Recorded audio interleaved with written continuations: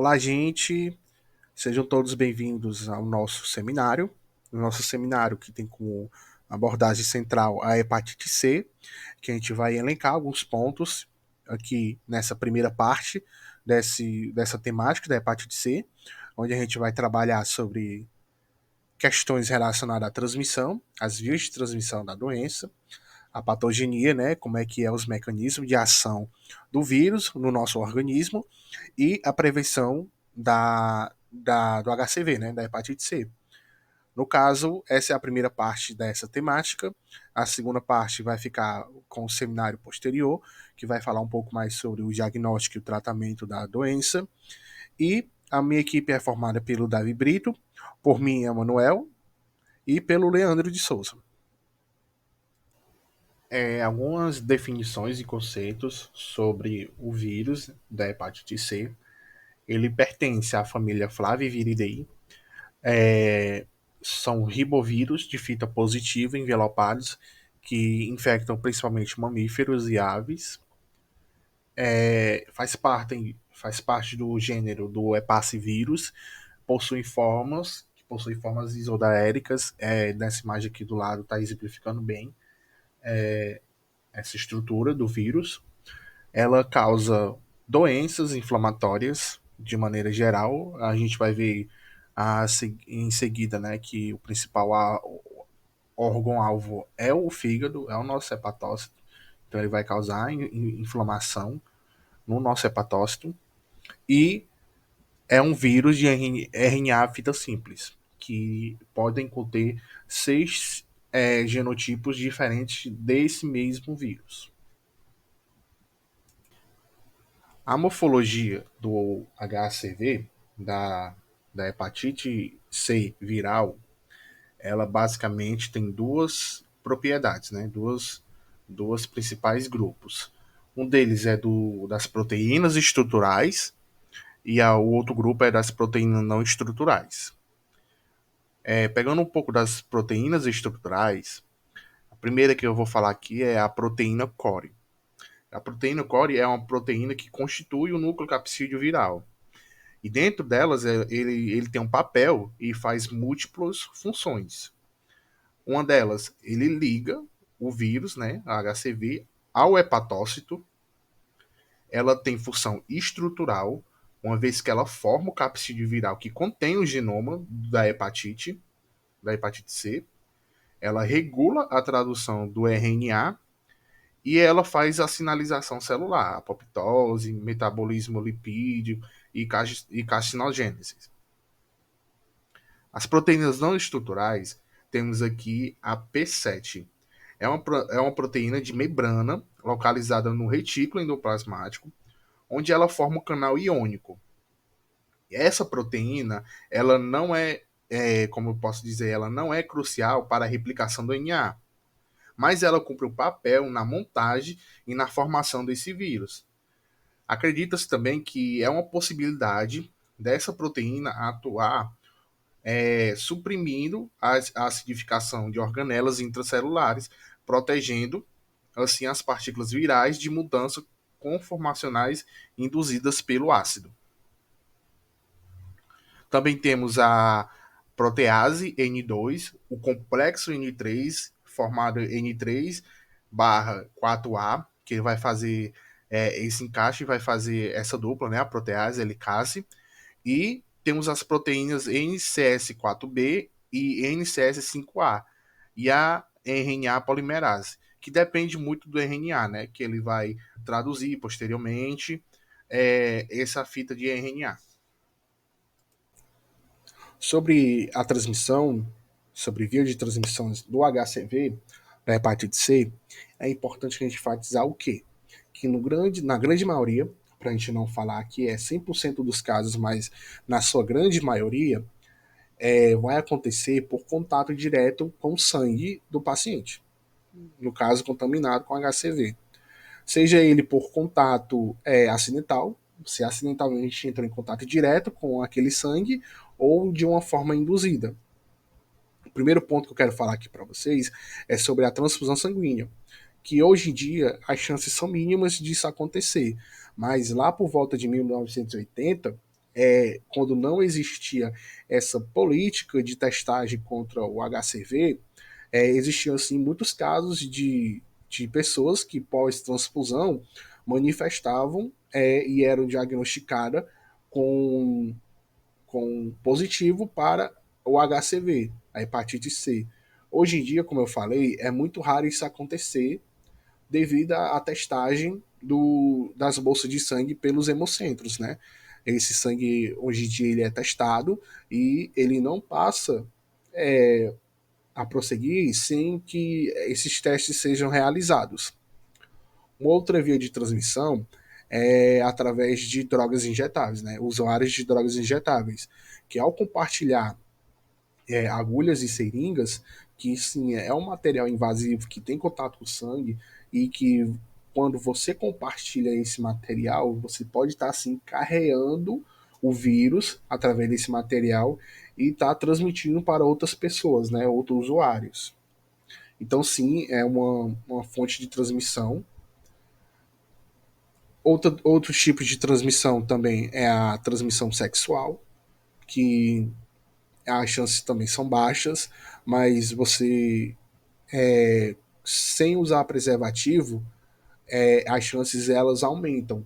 Então, pessoas que não usam preservativos e que têm múltiplos parceiros, né, tem múltiplas, uma vida sexual bem ativa, ela pode, e sem o uso do preservativo, né, vale ressaltar que as chances disso acontecer, de uma transmissão sexual, podem aumentar mais do que ela já existe. Elas são pequenas, mas você pode estar aumentando caso você seja adepto a esse tipo de vida, né?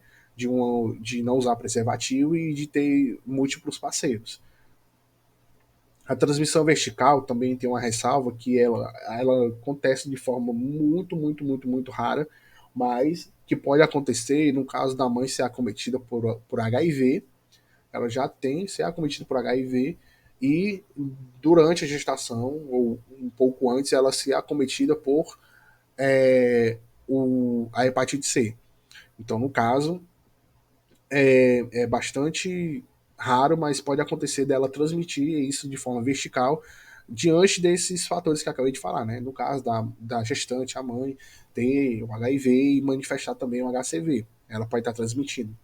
E outros tipos de transmissão que pode acontecer também, no caso, isso é mais questão de estética, né? Em estúdio de estética, né? No caso, tatuagem, você não tem uma boa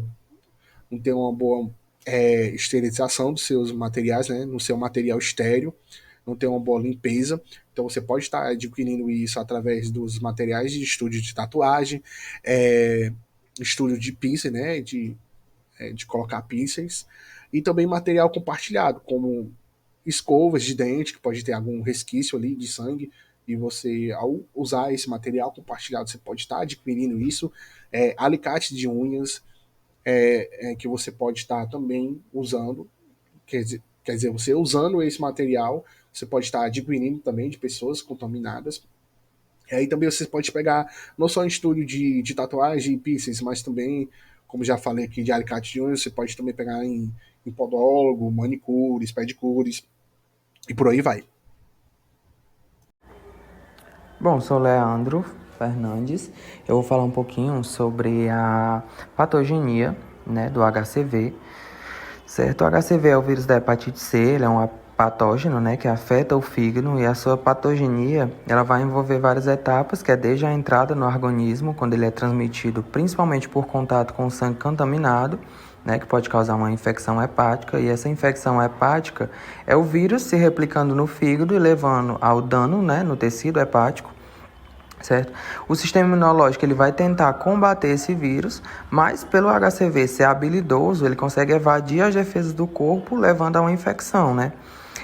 A infecção ela pode ser crônica, né, que pode causar inflamação no fígado, que ao longo do tempo pode levar a uma cirrose, né, que é onde o tecido hepático saudável ele é substituído por cicatrizes, né, e essa cirrose avançada ela pode aumentar até mesmo o risco de um câncer de fígado.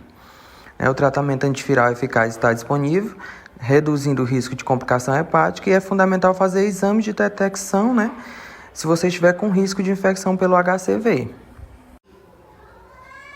Bom, sobre a sintomatologia clínica, né, na hepatite C, a hepatite C aguda, ela nem sempre causa sintomas óbvios, né? Muitas pessoas apresentam sintomas perceptíveis. No entanto, enquanto esses sintomas ocorrem, eles podem incluir a fadiga, né, que é o cansaço, a fraqueza, a dor abdominal, que é o desconforto ou a dor na área do fígado. Pode causar também náuseas e vômitos, né? Algumas pessoas elas podem experimentar náuseas e ocasionalmente vômitos, perdas de apetite, que é a diminuição do desejo de comer, e icterícia, em casos raros, né? O amarelamento da pele e dos olhos devido a esses danos no fígado. A janela diagnóstica na hepatite C aguda é o período entre a infecção pelo HCV, né, e o momento em que os testes de detecção podem identificar a presença do vírus. Na hepatite C aguda, os testes de anticorpo podem não ser positivos durante as primeiras semanas e meses após a exposição desse vírus. No entanto, os testes de RNA do HCV, que é o que vão detectar, né, o material genético do vírus, eles podem identificar a infecção mais cedo, muitas vezes dentro de 1 a 2 semanas após essa exposição. Né? Lembrando sempre que é importante a consulta de um médico para realizar os testes apropriados, né, no caso de uma suspeita de uma infecção aguda pelo HCV. Os marcadores hepáticos são exames de sangue que vão avaliar a função hepática e a saúde do fígado. Na hepatite C aguda, esses marcadores eles podem mostrar alterações no nível de enzimas hepáticas, né, como a alanina aminotransferase, que é a ALT, e o aspartato aminotransferase, que é a AST. A elevação dessas enzimas é um sinal de que o fígado ele pode estar inflamado, né, devido justamente a essa infecção pelo HCV. No entanto, algumas pessoas, esses níveis eles podem permanecer dentro da faixa de normalidade, mesmo durante essa infecção.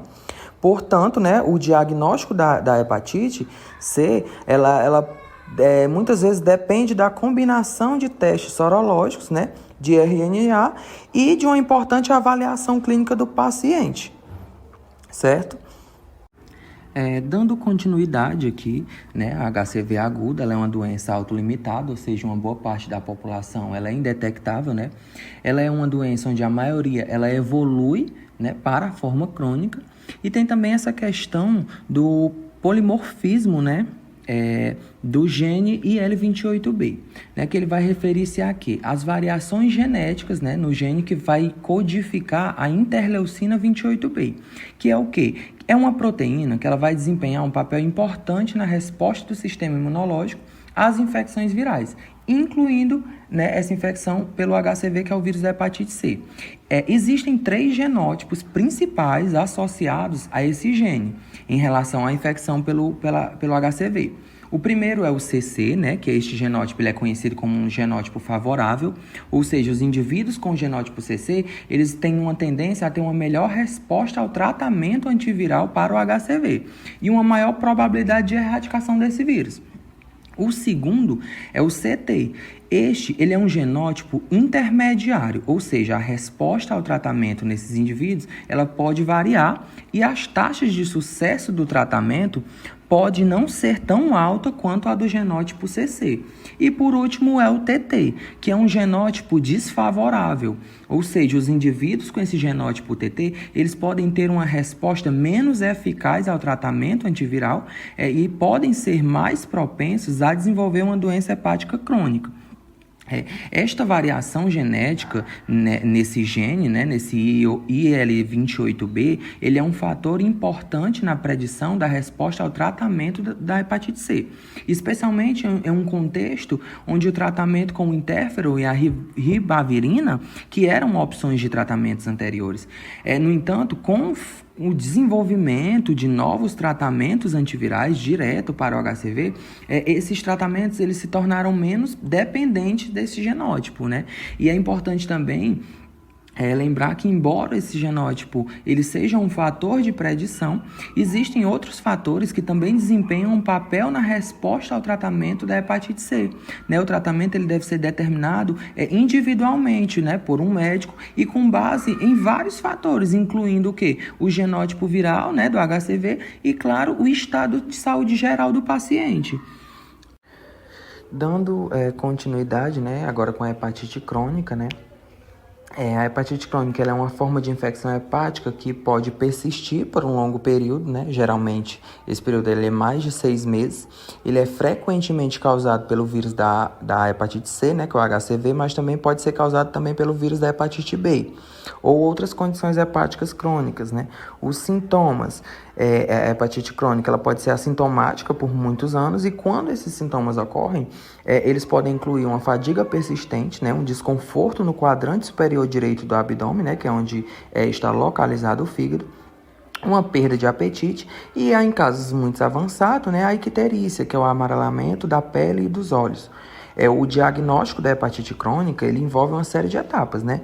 Inclui o quê? Testes de funções hepáticas, que vão medir níveis de enzimas hepáticas, né? Como o ALT e o AST, que já foi dito. Os testes sorológicos, que detectam a presença de anticorpos, né? Contra o HCV e até mesmo HBV, né? Os testes de carga virais, que quantificam a quantidade de vírus no sangue, né? E uma biópsia hepática também, que pode ser o quê? Uma amostra, né? De o que essa biópsia é? Uma amostra do tecido do fígado para avaliar a inflamação e a fibrose, né? Existem alterações fibróticas na hepatite crônica. A progressão da hepatite crônica ela pode levar a alterações fibróticas no fígado. A fibrose é a formação de tecido cicatricial, né, no fígado em resposta a uma inflamação crônica, né? A fibrose hepática ela pode progredir de grau F0, né, que é sem fibrose, a F4, que é uma cirrose avançada, né? Os graus de fibrose é o F0 sem fibrose, o F1 que é a fibrose portal leve, o F2 é uma fibrose portal moderada e a F3 uma fibrose portal avançada e o F4 é a cirrose, né? Bom, sobre a taxa de progressão, né, da hepatite crônica, ela se refere também à rapidez com que a doença hepática evolui, né? Ela pode variar significativamente de uma pessoa para outra, né? Existem diversos fatores que influenciam essa taxa de progressão, né? O tipo de vírus, a gravidade da inflamação, a presença de co-infecções, o consumo de álcool, a genética, né? Como tem citado aqui no slide, né?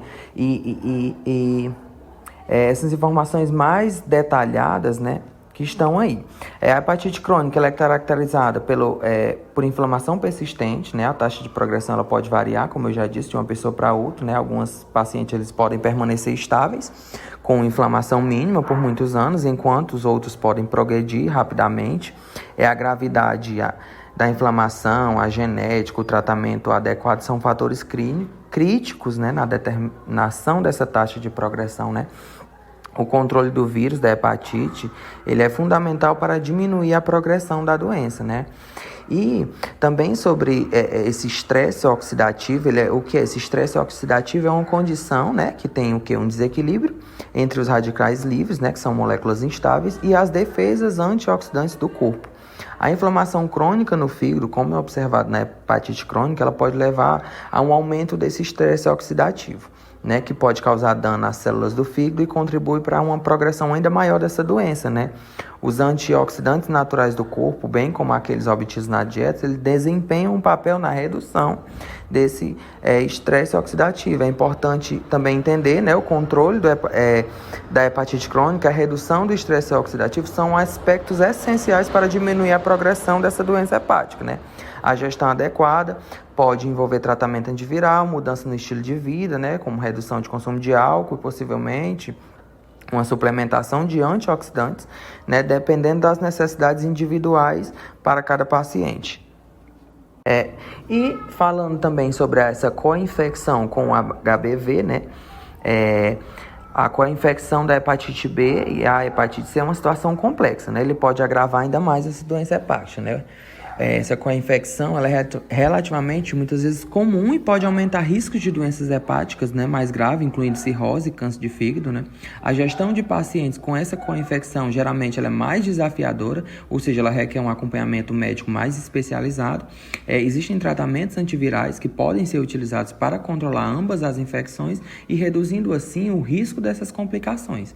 O álcool e a hepatite C, o consumo de álcool em excesso, ele pode ser prejudicial para o fígado.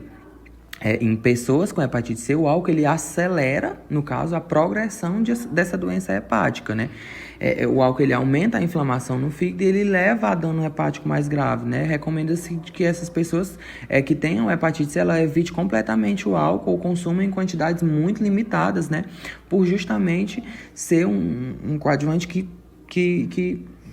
deixa ainda pior, né? Sobre o café, né, e a saúde hepática, vários estudos sugerem que um consumo moderado de café pode estar associado a um menor risco de doença hepática, incluindo cirrose, né?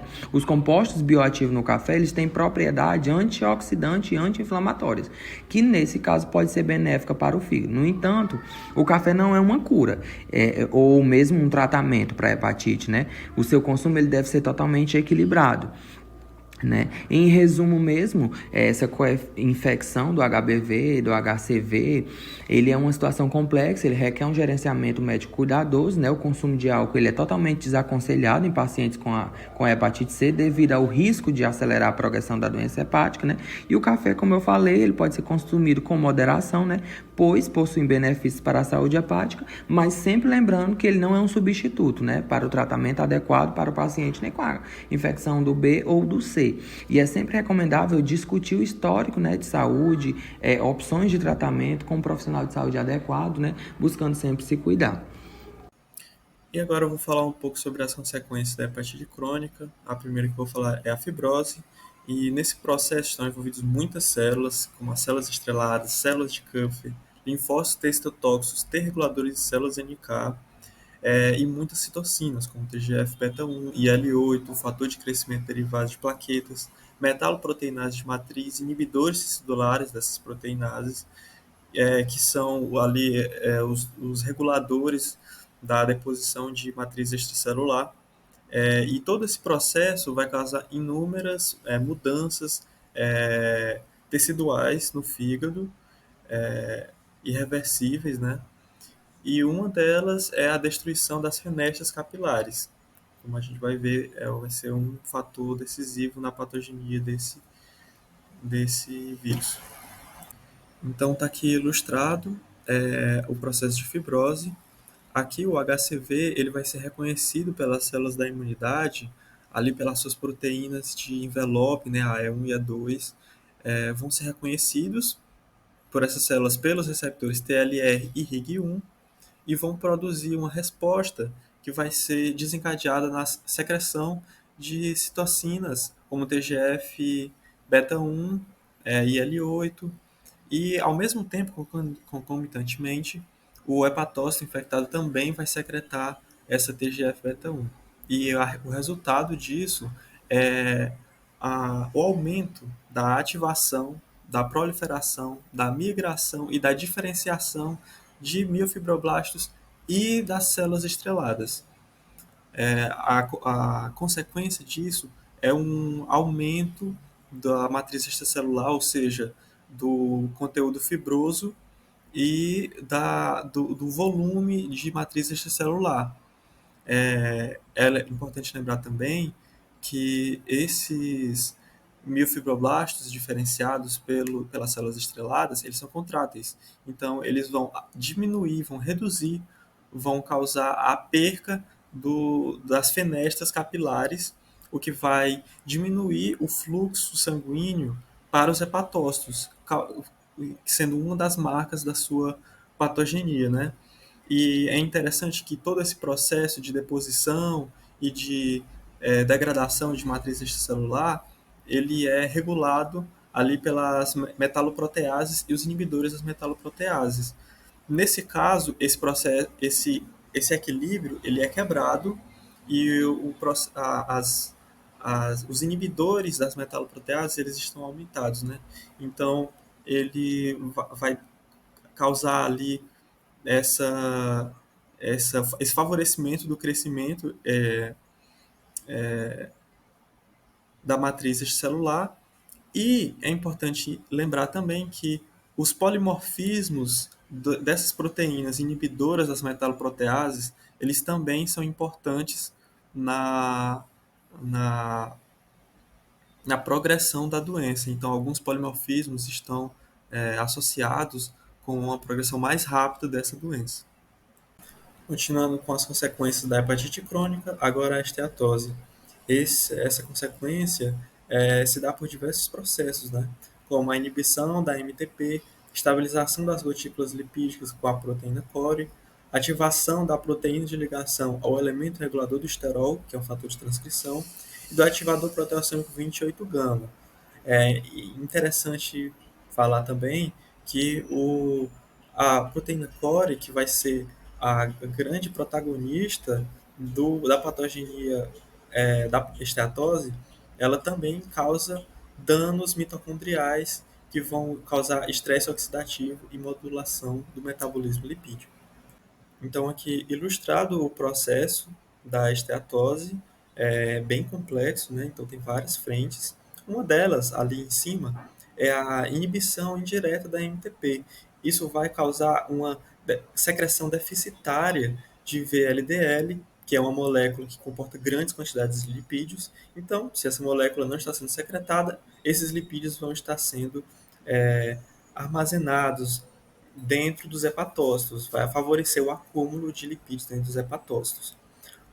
Outra frente que nós podemos olhar é ali a proteína core, que é essa bolinha amarela, grande protagonista da patogenia.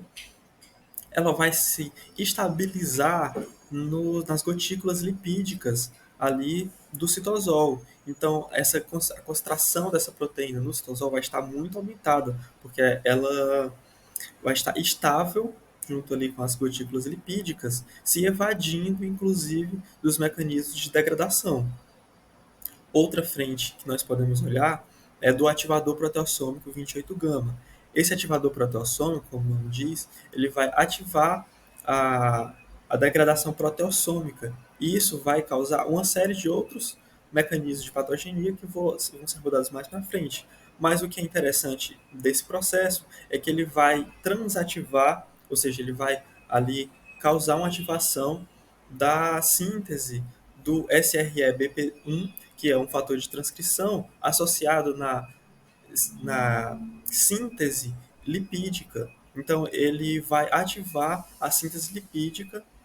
E outro, né, mecanismo de patogênese é o dano que essa proteína core causa nas mitocôndrias. Então, esse dano, né, nas mitocôndrias vai causar um estresse oxidativo que causa vários danos intracelulares, né, e uma redução da oxidação desses lipídios, ou seja, da degradação desses lipídios.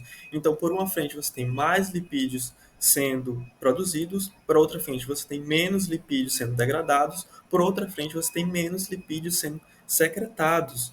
E essa proteína ela vai se acumulando ali no citosol estável nas gotículas lipídicas, causando aí essa esteatose.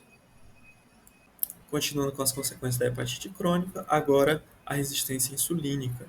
Essa consequência se dá por vários processos, incluindo o aumento da captação de glicose nos tecidos periféricos pelo TNF-alfa, a regulação positiva da fosforilação da FOX1, que é um fator de transcrição, a interferência na sinalização IRS pela degradação proteossomal, ou seja, interferência na sinalização dos receptores da insulina, e também uma outra frente, que é a interferência dos potenciais de redução ou oxidação da cadeia de transferência de elétrons da mitocôndria, incluindo aí também um comprometimento do sistema antioxidante celular, como a M-oxigenase 1 e a NADH desidrogenase quinona 1. Então, aqui ilustrado, nós conseguimos ver que o TNF-alfa ele vai entrar numa cascata de sinalização e essa cascata vai causar, no final, a gliconeogênese, ou seja, o aumento da produção de glicose intracelular, o que vai causar, com o passar do tempo, a cronicidade, a resistência à insulina.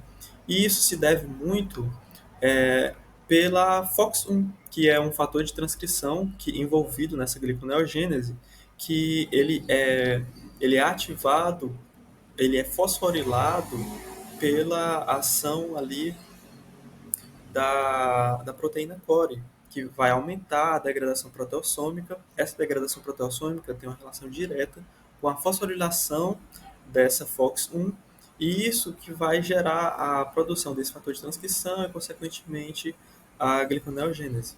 É interessante lembrar também que como a proteína core vai causar danos à mitocôndria e também a interferência ali no potencial redox e no sistema antioxidante celular, então vai ter essa descompensação. O sistema antioxidante está deficitário e a produção de espécies ativas de oxigênio está aumentada. Isso vai causar um dano celular muito grande. Então, agora, sobre as manifestações extrahepáticas da hepatite crônica causada pelo HCV, você vai ter uma série de doenças, de síndromes, que não são tão comuns, mas que quando elas são detectadas, normalmente elas estão associadas ao HCV. Como, por exemplo, pacientes com crioglobulinemia mista essencial, que você consegue ver uma porcentagem de 80 a 90% desses pacientes que são infectados com o HCV. Esses pacientes ali, eles têm como sintomatologia, né, a púrpura, artralgia, insuficiência renal e a glomerulonefrite com etiologia membrano-proliferativa. Outra manifestação extrahepática, outras, no caso, manifestações extrahepáticas, só citando, né? Temos a vasculite, a porfiria cutânea tarda, síndrome de Sjögren, distúrbios neuropsiquiátricos que são causados por uma neurotoxicidade direta do HCV, ou seja, ali da proteína core, nas células mononucleares do sangue periférico, as PBMCs. Essa neurotoxicidade vai causar esses distúrbios neuropsiquiátricos que variam de leves até graves. E essas pessoas também infectadas com HCV também apresentam maior risco de desenvolver linfoma de não Hodgkin, porque você vai ter ali um aumento da proliferação das células B e isso favorece o desenvolvimento do linfoma não Hodgkin. Medidas de prevenção, medidas profiláticas que podem ser adotadas no caso do HCV, da hepatite C, como eu já falei, lá nas vias de transmissão, lá na transmissão do HCV, o uso de preservativos nas relações sexuais, ela torna-se de maneira inegociável o uso, né, no caso. Então, além de você reduzir o risco de adquirir esse vírus do HCV, você também reduz as chances de você ser acometido por outras doenças que podem ser sexualmente transmitíveis, né? Outras ISTs. Então, o uso de preservativo, né, da segurança no ato, ele é inegociável. Outra medida profilática, outra medida de prevenção que você pode estar tomando é você não compartilhar objeto com essas pessoas que possam ter o contato do sangue, né, daquela pessoa, no caso, no caso, escova de dente, como eu já falei anteriormente, né, escova de dente, alicate de unha, piercings, barbeador, você deve evitar ao máximo estar usando isso de forma compartilhada. Então, isso é uma medida de prevenção contra o HCV. Outra medida também é que mulheres grávidas devem fazer no pré-natal os exames para detectar hepatite C. Não só as mulheres grávidas, né, devem fazer isso, mas os parentes que estão ali em volta, de primeiro grau, ou amigos, ou as pessoas que estão mais presentes na vida dessas pessoas que estão com HCV, elas devem ser testadas contra a hepatite C. Porque é importante você saber, primeiro, saber se você está com HCV e depois evitar a transmissão para outras pessoas saudáveis, né? E, por fim, para a gente finalizar aqui a profilaxia e para quebrar um pouco mais dos preconceitos que existem, nós como profissionais da saúde, a gente tem que levar informação, não é transmitida pelo contato cotidiano. Ou seja, o HCV ele não é transmitido por saliva.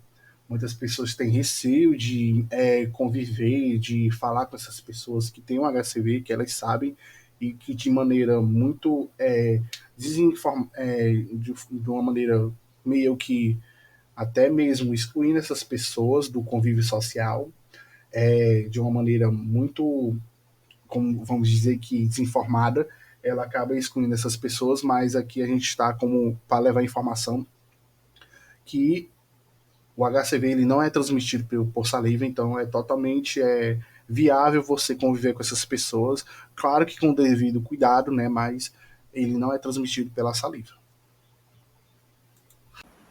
Então, essas são as nossas referências. Muito obrigado pela sua atenção.